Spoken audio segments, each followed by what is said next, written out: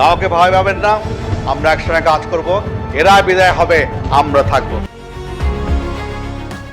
পুলিশের সাবেক মহাপরিদর্শক বেনজির আহমেদকে সংযুক্ত আরব আমিরাতের দুবাইয়ে গ্রেপ্তার করেছে দেশটির পুলিশ। দুর্নীতি দমন কমিশনের দায়ের করা একটি মামলার প্রেক্ষাপটে ইন্টারপোলের সহযোগিতায় তাকে গ্রেপ্তার করা হয়েছে বলে সংশ্লিষ্ট সূত্র জানিয়েছে। বাংলাদেশের পুলিশ সদর দপ্তরের মুখপাত্র এআইজি শাহাদাত হোসেন আজ রোববার প্রথম আলোকে এ তথ্য নিশ্চিত করেছেন।